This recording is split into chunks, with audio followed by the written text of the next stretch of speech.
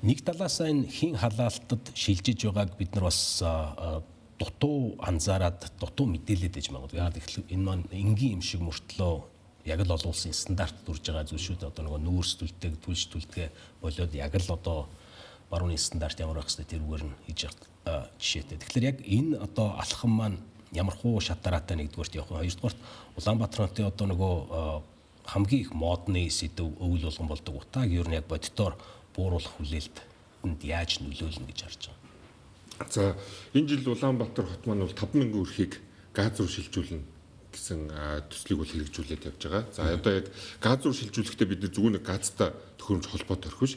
За мөн нөгөө дулаалгыг хийж өгч байгаа. Яг бол газ ч өөрөө үнэтэй бүтээгдэхүүн. За үнэтэй бүтээгдэхүүнийг бол хяналтын горимд байхын тулд бид нэр дулаан алдагдал, дулаалга гэдэг зүйлийг бол номер 1 тавих хэрэгтэй. За ингэснээр бол бид 50000 айл өрхөөхөө бол дулаалгыг шийдэж өгч байгаа. За дулаалгын ажил маань одоо яг одоо 95% гараад явж байна. За энэ 7 хоногт бол бид нэг 190 гаруй айлыг бол дулаалга ингээд дулаалга хийж бүрэн тусаж байгаа.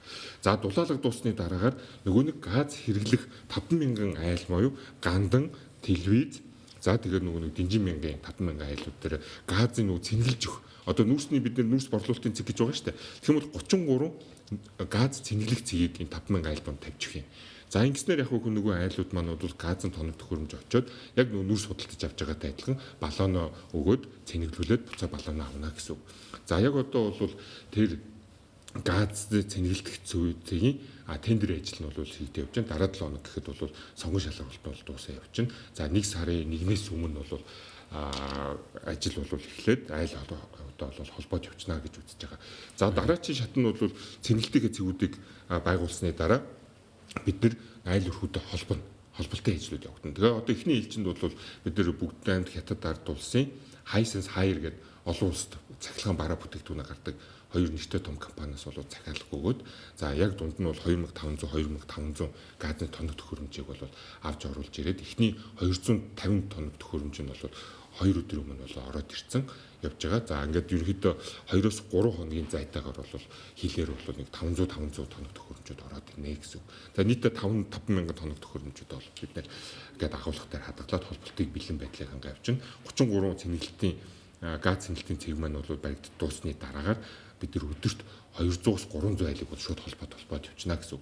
За мөн дараачийн мөн нийслэлээс анхаарж байгаа том ажлуудын нэг бол бид нар аюулгүй байдлыг хангах хэрэгтэй тийм ээ. Газны хэрэглээний аюулгүй байдлыг бол бид нар хангах хэрэгтэй. За үүний үедээ бол бид нар нэгдсэн үндэсний байгууллагын хүүхдийн сантай хамтраад бүх аюулгүй ажиллагаа болон иргэдэд зөв ойлгуулах аюулгүй хэрэглээг нь хангах сургалтууд бол баатад сүүлийн 2 сарын хугацаанд явж байна. За эхний ээлжинд бид нөгөө онцгой байдал, цагдаа, эрүүл мэндийн байгууллага, төрийн байгууллагуудын сургалтууд яваад дуслаа. За одоо бол бид нэр дүүрэг хороодын ажилтны сургалт за нийтдээ 800 гаруй иргэдийн сургалтыг бол хийгээд явж байна. За 12 сард гэхэд нийтдээ холболтын айлуудынхаа сургалтууд бол бүрэн дууссан гэж болж байна. Тэгээд одоо нэг 823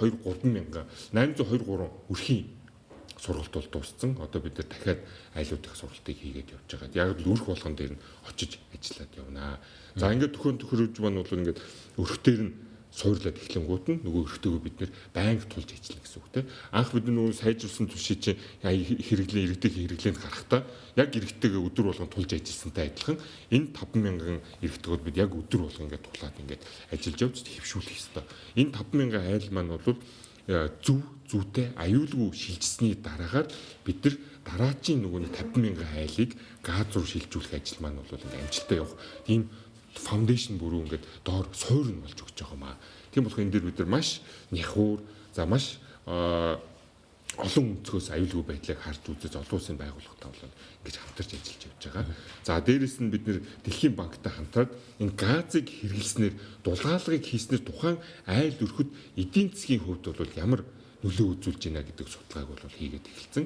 За мөн Койкотой хамтраад бид нэр их зүүн хувьд те газын хэрэглээний их зүүн хувьд бид нар ямар хууль мөн болон дагуул хуулиуд дээр ямар өөрчлөлтүүд байх хэрэгтэй. Газын асуудлыг хариуцсан газар тамгийн газрууд байх хэрэгтэй мөн гэх те. Яг энэ ажлуудыг бол ингээ Койкотой бол хамтарч хийгээд явж байгаа. Яг Монгол улс маань өөрөө Улаанбаатар гэлтгүй Монгол улс маань өөрөө яг энэ газ руу шилжилтийн үеийнхээ яг шилжгүй дахиад бид нар 10-аас 15 жил дахиад нүүрсээ түлхүү гэдэг яг энэ ирмэгтэр ирсэн байгаа гэж бол бидний зүгээс бол харж байгаа. Тийм болохоор энэ 5000 айл маань маш чухал ач холбогдолтой Сонирхож харахад яг энэ 50000 айлыг сонгосон одоо эхний ээлжинд сонгосон шийдвэрийн ард юу юм бэ? Гандан зурагт Дэнжимингийн бүсийг эхний ээлжинд сонгосон гэж байгаа. Яг одоо оновчлолын хувьд бол ер нь энэ шийдвэр яаж гарсан? За энэ бол нэгт яг салхины урсгалын хувьд бол яг хотын төв рүү орж идэг урсгал байгаа.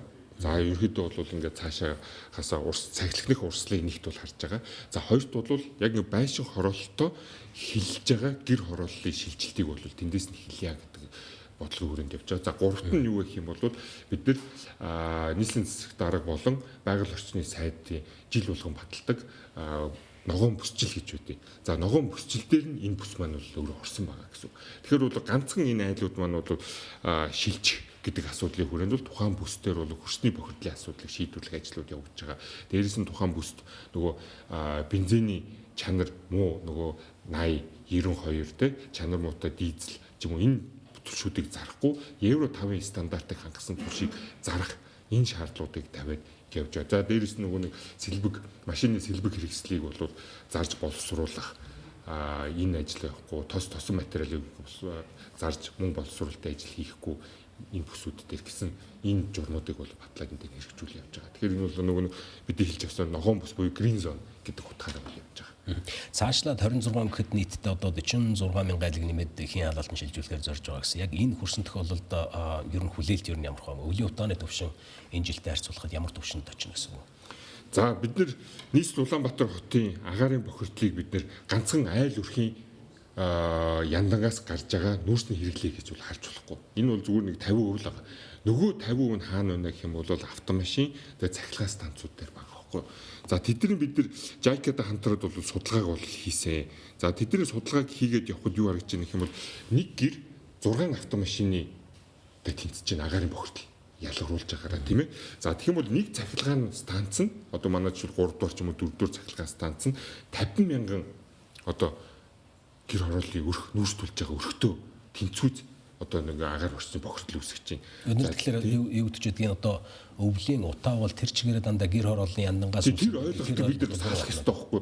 Өвөл болонгууд л нөгөө нэг юм уу хэдэн 172,000 айл өрх рүүгэл буруугач. Энэ 172,000 айлаас болж энэ Улаанбаатар хот маань нийл утаатай болж байна. Агаарын бохирдол өндөр болж байна гэдэг буруу байхгүй. Энд чинь зөвхөн нийт том үзэгдлийн 50% нь нөгөө 50% руу бид нар ерөөс анхаарлаа хандуулдаг. Үндсэн 50% нь яг юу юм бэ? За үндсэн 50% нь бол автомашин 804,000 автомашин. За дээрээс нь 5 цахилгаан станц.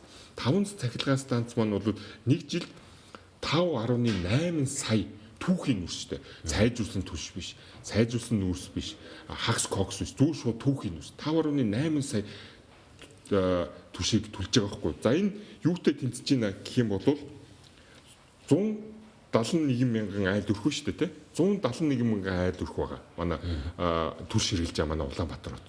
Тэр нь 3.5 цахилгаан станцтай л тэнцэж байгаа байхгүй. Тэгэхэд бид нар 5 биш дээ. Тийм болохоор бид нар дахиад цаашаа автомашин гэдэг зүйлийнхээ араас хөөцөлдөх ёстой. Дахиад бид нар тэр цахилгаан станцуудын фильтрийг шинжилж засварлах ёстой гэдэг асуудлыг гаргах ёстой байхгүй.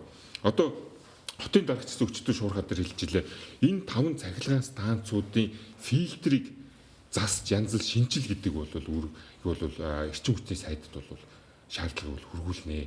Тэгэхгүй бол одоо нийслэл нь өөрөө бол ажлаа хийгээд яваад байдаг. Тэгэхээр энэ холбогдох яамдууд нь энэ ажлаа бас хийх ёстой. Тэгэхгүй 5 цахилгаан станцын хідэн цахилгаан станцын нөгөө агаарын фильтр нь ажиллахгүй байгаа гэж бүзэд судлаад үзэх тавал ажиллахгүй байгаа.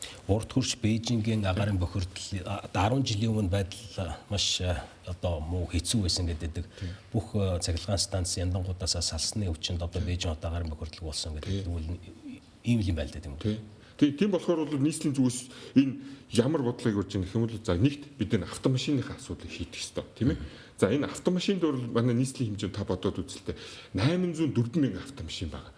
Өдөр болгон 620-с 680,000 автомашин хөдөлгөөнд орж ийн тий эргэлт орж ийн. Тэр нь юутай тэнцэж байгаа юм бол 135,000 айл өрхийн яндантаа тэнцэж байгаа байхгүй тэр машинууд нь.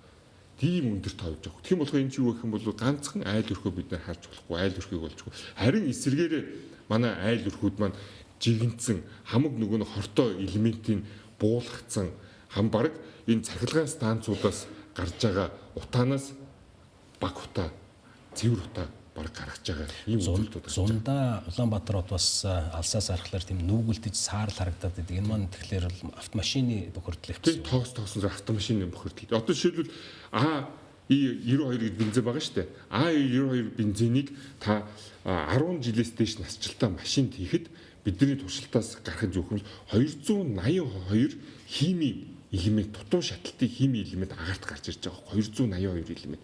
Тэгэхэд АИ95 буюу евро стандарт 5-ыг хангасан бензинийг 0-5 жилийн насжилтаа машинд хийхэд гарч ирж байгаа хими элемент нь 10 дотор багтаж байгаа. Тэгэхээр манай Улаанбаатар хотын 80-аас дээш хувь нь 10 жилээс дээш насжилтаа машинууд байгаа байхгүй. Тэгэхээр бид нэг автомашины агаарын бохирдол гэдэг дээр бол онцгой анхаарахгүй болохгүй. Гэр хороолоос гарч ирж байгаа агаарын бохирдлыг бууруулах цогц хөтөлбөр нь байгаа. Цогц гарч идэх нийслэл хийцэн. Тэр нь юу гэх юм бол бид газар чөлөөтэй ажлууд байна. За яг одоо сэлб, баян хушуу, чарха, таны материалтай адилхан тийм. Өнгөрсөн жил бид нар 3,000 нэгж талбарыг бол чөлөөлсөн. Яг энэтэй адилхан бид нар дараа жил дахиад 370 тэрбум төгрөгийг газар чөлөөлтөн дээр эх оны төсвөөр бид нар тавьж байгаа. За энэ төсвийг бид дахиад газар чөлөөлтөй хийн гэсэн. Тэгээ бид нэг яндангаа буулгана. За энэ газар чөлөөлтөй хийсэн газрууд дээр чинь орон сууц баригдана. За энэ баригдсан орон сууцны тоогоор нөгөө яндангийн тоо буурна. Яг өнөөдрийн байдлаар агаарын чанар ямар байна? Ягаад гэвэл сүүлийн хэдэн сарын хувьд бол хотоос хэрэгжүүлж байгаа арга хэмжээтэй холбоотой хүлээлт бол байсан. Тэгэхээр яг иргэдийн хувьд бол нүдэнд харагдах хамгийн том одоо ихний өөрчлөлт нь юу байх вэ? За 9 сарын 15-наас хойш галгааны үйлдэл эхэлсэн тийм ээ. За ингэснээр бол бид нэр иргэдэд сонголттой түвшүүдийг олгож эхэлсэн. За 50% нь бол хагас кокс. За дараачийн хувьд нь бол нөгөө сайжруулсан бидний 5-6 жил төлсөн сайжруулсан түвш.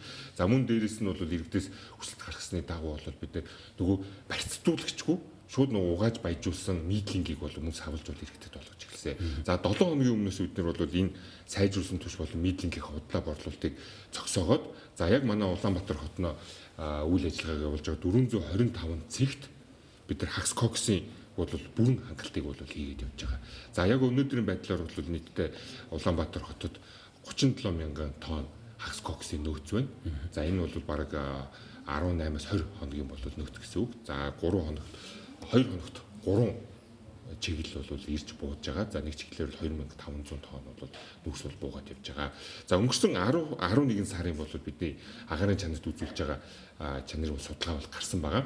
За 10 сарынхыг бол хотын дарга бол олон нийтэд танилцуулсан тийм ээ. За яг иргэдэд ингээд мэдрэгддэг бол нөгөө хөхрийн хий буюу үнэр мэдрэгдэж байгаа. За дээрээс нь бол бид нар харж байгаа утаа гэж харагдаж байгаа нөгөө тоосонцор гэдэг энэ бүх утаанд агуулгаж байгаа зүйлийг бол харагдаж байгаа. За хөхрийн хий гэх юм бол бид нар бол өнгөрсөн 10 сард бол 43%-аар бол буурсан үзүүлэлт гарсан. За яг 11 сарын үзүүлэлт бол надад яг өнөөдөр ирээд байна. 40.7%-аар бол буурсан үзүүлэлт бол харагдаж байна 11 сард.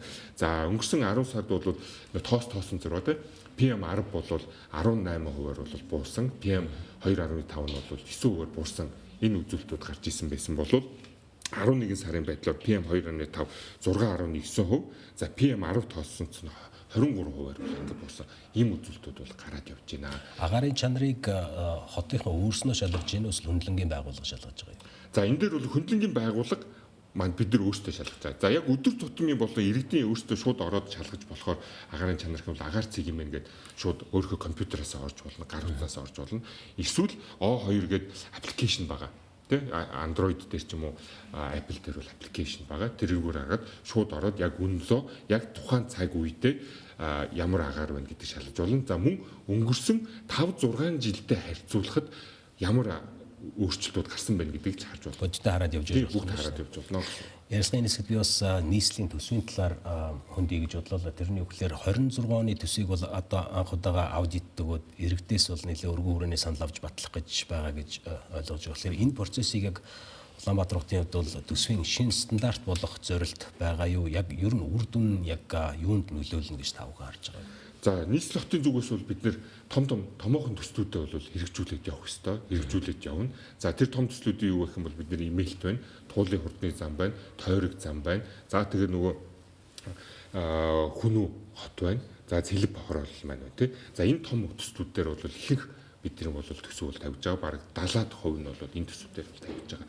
За мөн дахиад 1.9 их 80 төгрөгөөр бид нар бол бүтээн байгуулалтын ажлыг хийнэ гэсэн бол төлөвлөд оруулж ирж байгаа. Иргэдийн урд бол танилцуулж байгаа. За 1.9 их 80-аас 1.2 их 80 нь он дамжиж ирж байгаа. Тэгэхээр 2022, 23, 24, 25 онд хийж исэн одоо цэцэрлэг сургууль, зам инженер дэд бүтцийн ажлууд ингээд улирч орж ирж байгаа гэсэн үг тийм. За шинээр бид нар чинь дахиад 700 тэрбум төгрөгийг бол шинэ ажлууд дээр тавьж байгаа. Шинэ ажлууд дотроо бид 350 тэрбум нь яг нөгөө агаар орчны бохирдолтой холбоотой, дахин төлөлтөй холбоотой газар чөлөөлөлтөөр тавьж өгч байгаа. За ингэснээр яаж яах юм бол дахиад нөгөө бид нэр сургууль цэцэрлэгийн газар чөлөөлөлт, барилга байгууламжийн газар чөлөөлөлт, инженер дэд бүтцийн газар чөлөөлөлт, замын газар чөлөөлөлт гэж орж ирж байгаа. За бид нар энийг шийдчихэж бид нар Улаанбаатар хотод тулгамдаад байгаа агаарын бохирдол, хөрсний бохирдол, замын төвчрэлтэй инженерийн нэг багтад ачаалаа дийлэхгүй байгаа асуудлуудыг бол ингээд цогцоороо шийдэх юм бол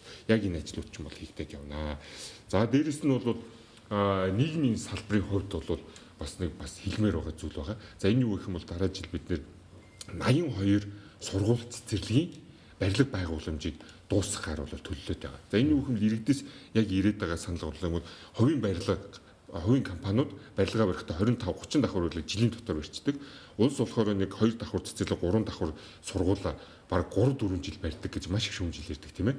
За үүний хүрээнд бол ингээд нийслэлийн зүгээс энэ дээр онцгой хараад энэ жил бид нар чинь 139 сургууль цэцэрлэгийн ажлыг эхлүүлээд явсан юм. За тэрнийхээ 82-ийнх нь бол 82-ын бол бид дараа жил дуусгана гэж байгаа. Бас энэний төсөв мөнгүүд бол ингээд үлгэрч тавигдж байгаа гэж үзэж байна. Энд дээр зүгээр асуугаад үзэхэд 82 сургууль цэцэрлэг гэж байгаа. Энэ бол бас нэг талдаа бол том амлалт шүү дээ. Тэгэхээр санхүү жилд газар чөлөөлөлт ер нь тендерийн цагийн хуваар нь яг бодиттой асуухад бодитоор амжих уу? Тэр 82 сургууль цэцэрлэг чинь өмнөх жилүүдээр эхэлсэн одоо дуусгах дуусч чадахгүй байгаа сургуулиуд байхгүй. Энэ газар чөлөөтөөр бид нар 33 сургууль цэцэрлэгийн газар чөлөөлтөөр оруулж байгаа. Дахиад шинээр 10 сургууль цэцэрлэгийн барилгыг эхлүүлж байгаа. Энэ 82 гэдэг чинь өөрөө ажил нь ингээд яваад гаццсан, зогссон үргэлжлэлтэй болоод байна. Тийм ажил. Төсөвт иргэдийн саналаар одоо төсвийг сайжруулах механизмууд бол ер нь яг хамгийн их давтагдсан шаардлага, асуудал яг юу гарч ирж байна? За энэ дээр бол ихэнх номер 1 асуудал нь бол энэ төгжрлэгдэх асуудлаа шийдээч. Төгжрлийн асуудлыг шийдээ. Дараачийн асуудал агаар орчны бохирдлын асуудлаа та нар шийдээч гэдэг. Хамгийн хоёр том бол Улаанбаатар хотын иргэн болгоны одоо нэг толгойн өвчин болсон бол асуудал бол энэ тавигдж байгаа. Одоо иргэдийн сонсгол хийгээд иргэдтэй төсөв танилцуулж явахад та нар яг агаарын бохирдлыг бууруулах зорилго ямар ажил хийж байгаа юм бэ? Төгжрлийг бууруулахад ямар ажил хийх гээд байгаа юм бэ? Дахин төлөлтийн ажлаа хизээ үргэлжлүүл, хизээ дуусгах юм бэ? Сэлбчин хизээ дуусгах юм? 5 дугаар цахилгаан станц чинь хизээ эхлэх, хизээ дуусгах юм гэдэг асуултыг тавьж байгаа. За орон нутгийн хөгжлийн сан гэдэг тустай байгаа тийм ээ. За орон нутгийн хөгжлийн сангаас бол иргэдээс ирж байгаа саналууд гэх юм бол гэрэлтүүлэг, камержуулалт, за нөгөө нэг хүүхдийн тоглоомны талбай гэдэг эдгээр асуудлууд бол хамгаалж орж ирж байгаа. Тийм болохоор юу гэдэг жижиг дүүрэг хороо дээр болохоор асуудал нь бол нөгөө тухайн дүүрэг хорооны тогтчлтын асуудлууд орж ирээд за нийслэлийн төсөв болоод тэрхүү нөгөө нэг том нийслэлийн иргэд болгоны толгойн өвчин болсон асуудлууд орж ирж байгаа. Тэгэхээр нийслэлийн төсөвтэй холбоотой асуултыг та бүхэн ингээд аудитор төсвөө оруулаад тэгээд иргэдийн хувьд бол санал асуулга хэлцүүлэг явуулаад ингээд батлагдж байгаа процесс харагд энэ маань зөвхөн нэг жилийн асуудал уу ер нь энэ маань цаашаа уламжил болоод явах асуудал юм. За энэ жилдээ бол бид нэр томоохон мега төслүүд дээр бол ихэнх төсөв тавьж байгаа тийм ээ. Тэр нэг баг 70-80% нь бол одоо туул хурдны зам, тойрог зам, сэлб, хүнүү хот гэл тийм газар чөлөөлөлт гэдэг энэ том асуудлаа тавьж байгаа. Дараа жил бид нар юу гэх юм бол дараа жил бид нар энэ жижиг асуудал руу орё гэсэн бол төлөлтийг гаргаад явж байгаа. За яг сургууль цэцэрлэгийн хаана юун дээрээ болохгүй байна. Одоо бид нар сургууль цэцэрлэг барьж байгаа юм бол хүртээмжийн асуудлыг ярих хэрэгтэй. Хүртээмж нь хүрж ийн үгүй юу? За нөгөө соёлын байгууллагадх нь хүчин чадал хүрж ийн үгүй юу гэдэг. Яг нөгөө нэг том төслөөсөө гадна жижиг төслүүдтэйгээ бол бид нар ороод явна гэж. Тэгэхдээ бид нар том төслөө эхлүүлэхгүйгээр өнөөдөр хүртэл бид нар жижиг ажлууд руу орж явж ирсэн тийм сургууль цэцэрлэг соёлын байгууллага соёлын ордонгууд гээл тийм энэ явж ирсэн. Тэгэд зам барих гэхээсээ илүү зам засварлуугаа анхаарал хандаа явж ирсэн. Одоо бид нар замаа бүрэн шинжилээд засаад дууслаа. Одоо ингээд тухайн одоо барьж байгаа бодлого гэх юм бол тухайн салбарын асуудлыг тухайн жилд нь бүрэн шийдээл гэдэг асуудал байгаа. Дахиж нөгөө салбар руугаа 10-аас 15 жил эргэж харахгүйгээр бид тэр салбарын асуудлыг шийдээд дараачийн том асуудал руу орё гэсэн бодлогыг барьж явж байгаа. За их баярлалаа.